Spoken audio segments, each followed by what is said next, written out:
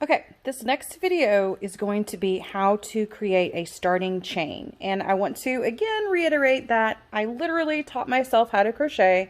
So I know that I don't necessarily hold the yarn the way that a lot of crocheters do. I don't like hold it up over my finger. I find that to be really uncomfortable. So I'm going to show you the way that I do it because it's literally all I know how to do. So to start, I'm holding the hook with the hook part pointed up and my slip knot on the bottom part. And I hold my slip knot in place so that way it doesn't just keep wrapping around like this.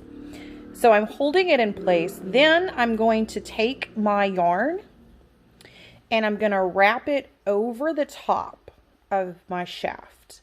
Then I like to come back with my right hand and I hold this slip knot.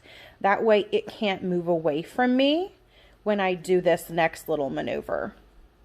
So I'm going to take the shaft and I'm grasping it in my hand back here, and I can roll it back and forth with my fingers like that.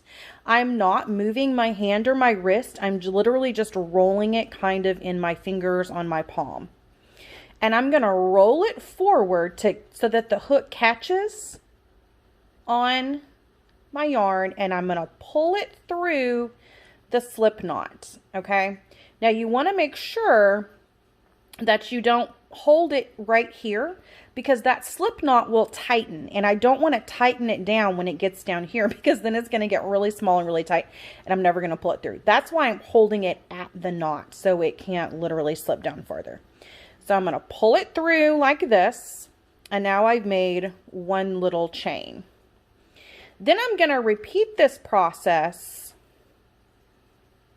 multiple times, wrapping it around, and then I rotate the hook to grasp it, pull it through, and then rotate it back up. So there's this motion going with my hands like that. Wrap it, pull it through. Now I physically wrap it.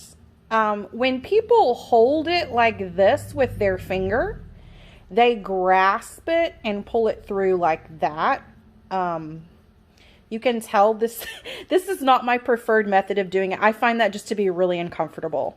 I would rather wrap it myself. Both ways definitely work. Like you can hold it up in the air and grab it with your hook and pull it through like that. I don't like that. And since I taught myself, I did it the way I wanted.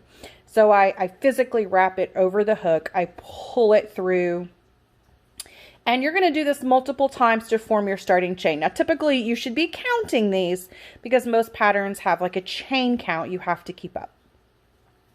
So you would need to know how many chains that you have made. Obviously, I'm not keeping a count. I want to just show you one more time how to create the chain. We're holding it like this. I'm wrapping it over the top, holding the chain, and as I pull down, I rotate my hook till it catches the yarn and it pulls it through, and I rotate back up.